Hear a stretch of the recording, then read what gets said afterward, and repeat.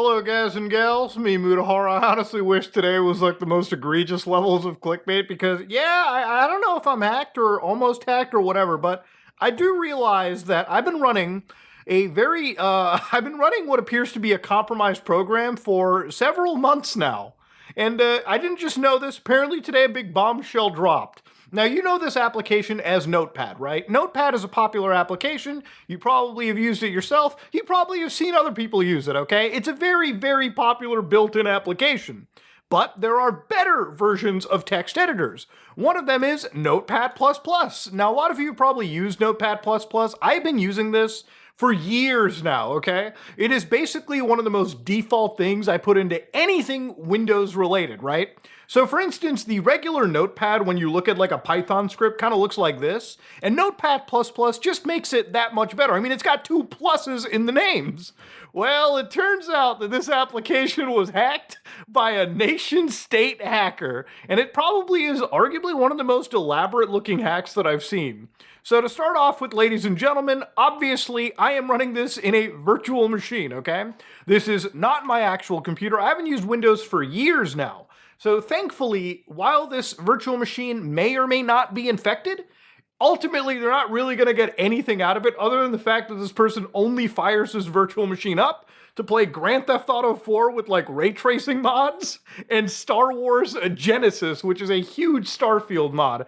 That's about it. Now imagine if I was using Microsoft Windows, doing all of my personal stuff in here with like, my life, business, YouTube channel. Imagine having an actual compromised piece of software that would effectively allow a hacker literally keyboard level access to my actual system, right? As if they were sitting on this chair. It's actually that insane.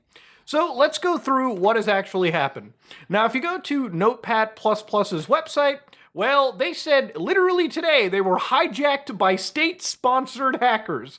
Now, state-sponsored hackers basically mean you either got the Americans, okay, you've got the Chinese, you got the Russians, you got the Iranians, you got the North Koreans, basically a country resource level group of hackers. People that are able to conduct some of the most sophisticated hacks of all time, and even when they get caught, good luck extraditing their fucking asses because they're on the other side of the world. It doesn't matter. No country's gonna give these people up, all right?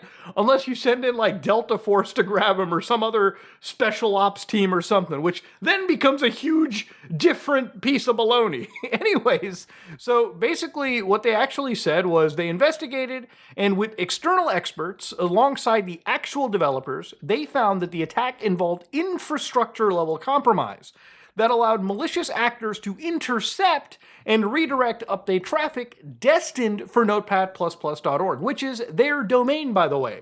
So what's actually interesting about this hack is it's not as if you go to the downloads button and immediately right over here just consists a version of the hacked Notepad++ software. No, actually it seems the hackers who ran this ran it in such a specific manner that they targeted people through the distribution method.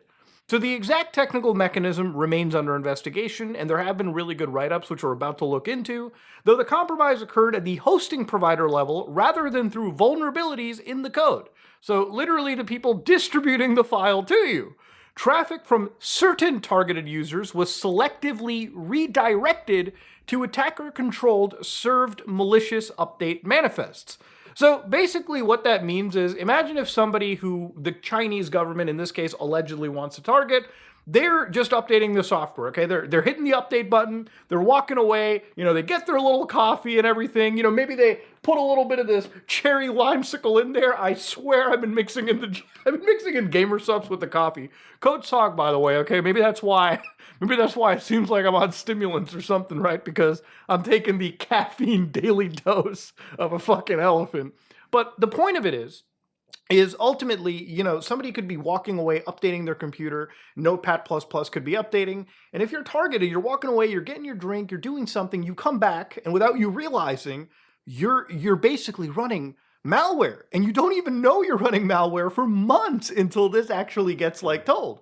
Now, a lot can happen in months. Remember, we looked at hacks like SolarWinds, where Russian hackers, allegedly in that case, jumped in and actually targeted the supply chain. So they were infesting malware slowly, bit by bit by bit, until eventually they hacked so many people that it caused arguably one of the largest cyber attacks in human history, which is insane.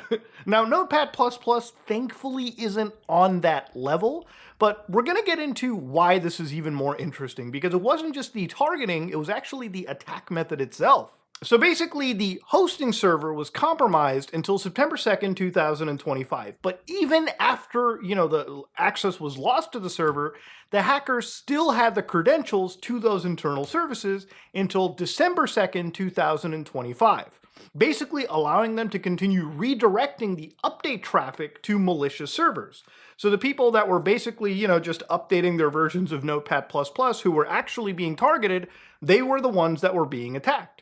So obviously, how did they get this, right? How did they target it? Well, they actually used something known as WinJup, which is the generic updater for the Windows environment. So this was actually, there was some lax mechanism in here that was being used by the hackers to distribute malicious malware to everyone. Now, I hope that I'm not the target of any Chinese malware. I don't think that I am. I'm just a fat Indian guy on the internet talking on my YouTube channel. But ultimately, the people that, a group like this would want to target, and the group that people are pointing the finger at, is one called Lotus Blossom. So since 2009, they're basically targeting, espionage campaigns around what is Southeast Asia and, of course, Central America. So they target things like the government, the telecom agencies, the aviation sectors, critical infrastructure, and media. So basically, they're targeting critical infrastructure. That is bad on its own, okay? That is terrible. Telecom is awful. Imagine a country shutting off the telecommunications grid for an entire nation. That is diabolical shit. So according to this write-up by the guys over at Rapid7, what they actually talked about was apparently this was the abuse of Notepad++'s update. So effectively what had happened over here, no definitive artifacts were identified to confirm exploitation, so because it's still developing, obviously. They only confirmed the behavior is that the execution of the actual executable file, so Notepad++exe, and then gup.exe, which is what they used to update it, preceded the execution of a suspicious process known as update.exe, which was downloaded from this IP address 95.179.213.0. So who is the IP? It actually pings back to what I believe to be these three domains.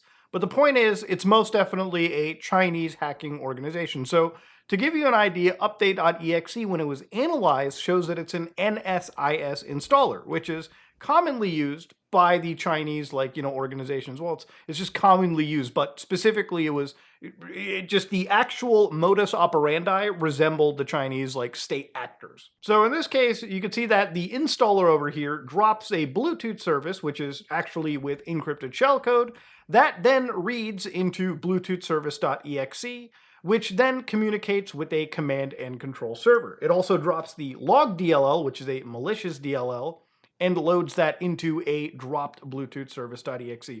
All of this builds a CNC server, which effectively allows, the actual hackers to relay commands and whatnot to people's systems.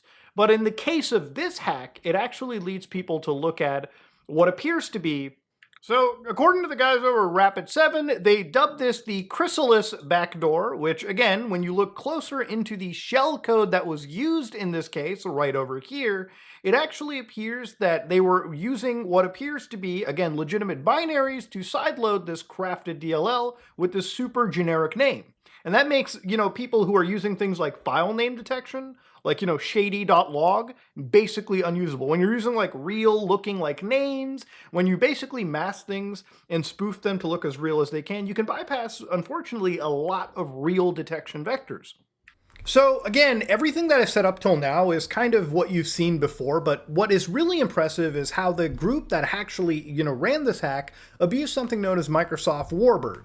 Now, the way that they did this is, they loaded a legitimate Microsoft signed DLL. So in this case, clip C was actually loaded in. It was signed by Microsoft. They used the thing known as virtual protect to make part of its text section writable, and then overrode a certain byte. They actually did a heap call execute argument.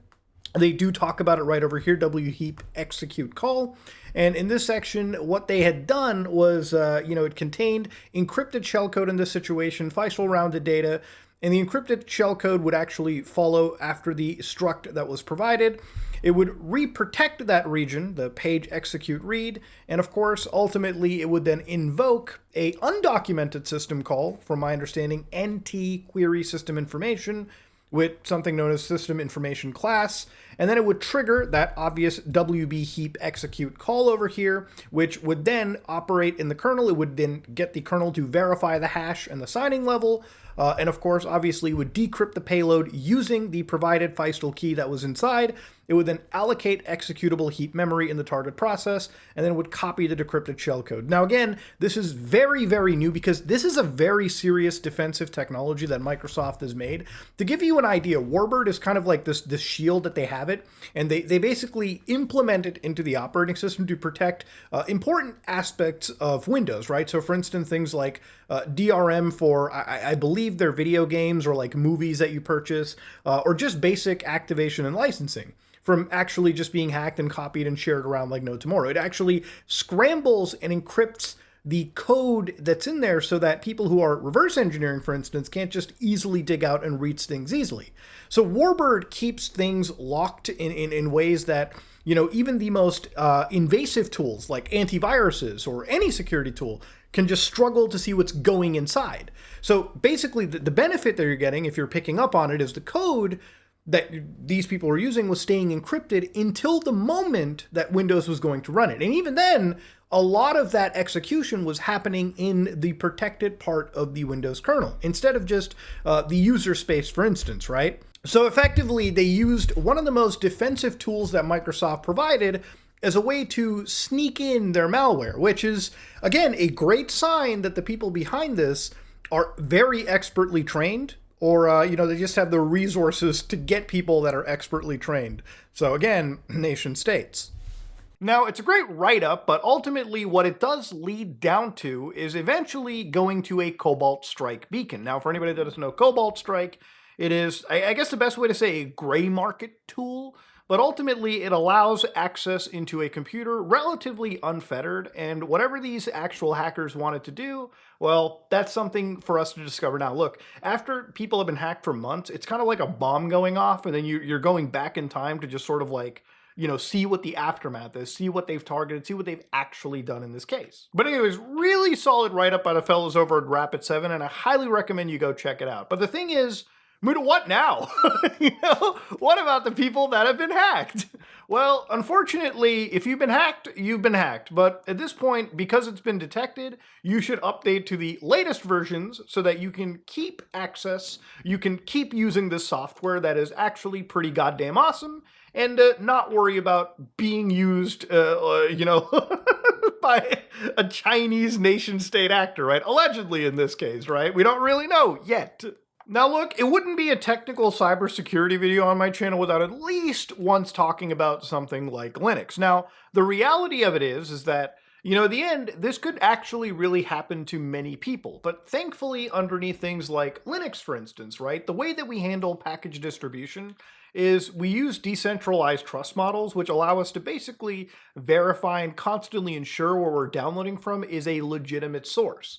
But again, if we didn't have this, imagine if, you know, the download vector for a lot of the packages that I was using in Linux was secretly being like, you know, fucked with, you know, the man in the middle sort of situation, then it could mean that even programs that I use like Kate, for instance, which is the default text editor I use on my Linux system as well as my Mac system, could also be targeted in this situation. It's why when it comes to your safety and security, I always talk about things like virtual machines. I mean, for fuck's sake, I'm the guy that browses the internet in virtual machines, simply because I just want to isolate as much of the attack vector as I can. Mostly because, look, we do a lot of important things on our computer anyways, and the thing is, even if you feel like you don't have anything to hide, you obviously do have something to hide as well. Look, for instance, it's tax season, so people are doing their taxes, and, you know, if you have, you know, folders that you're working around with your tax information on, you probably have things like your bank statements, invoices, everything of that nature. And a lot of those documents can contain really personable information, not just how much money you have, but sometimes it could possibly contain your obvious addresses, potentially a SIN number or social security number or something of that nature. And when those things get stolen by hackers, a lot of dangerous shit can be done. So always be vigilant, always be careful. Hell, if you're a YouTuber out there, you probably want to be extra careful about the kinds of stuff that you can run on your systems, because if somebody grabs a hold of your, Google keys, your Google authentication tokens, they can do a lot of nasty shit to your YouTube channel. I've helped countless YouTubers anytime they've been hacked and walking them through every step they should take to lessen the impact of a hack in this situation. It's a common problem that unfortunately still happens to this day. Getting hacked sucks, but there's a lot of ways you can mitigate a hack. But a situation like what happened today shows that even if you're somebody who is, like me, super duper careful, right? Even if you're running programs on your system, sometimes, and I like to keep myself very updated, if I had updated and I was targeted by this, I wouldn't even know I was hacked until now. All right? It's why vigilance and security is always a thing. Even the best of the best, even the people that are the most tinfoil hat wearing paranoid nut jobs, are always susceptible to some level of an attack, because it's always a cat and mouse game. These guys constantly get better at it. And the big benefit of this hack, at least, is that it was mostly targeted for, I guess, really, important critical infrastructures, financial institutions in like Southeast Asia, which it's not something that should make you feel better, because anytime any critical infrastructure is getting targeted, it's bad.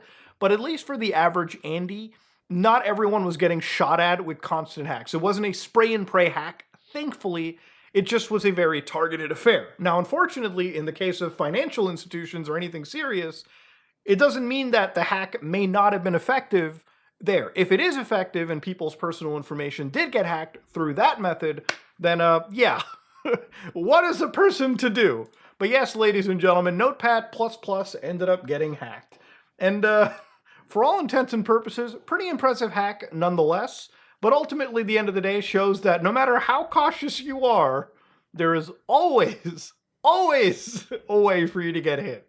So thankfully, ladies and gentlemen, what I can do on this virtual machine is at least update Notepad++ to the most recent version, and hopefully, just hopefully, I will be away from this hack. So let me just hit the update there, go through this method, and hopefully free myself. Ladies and gentlemen, if you like what you saw, please like, comment, and subscribe. Dislike it if you dislike it.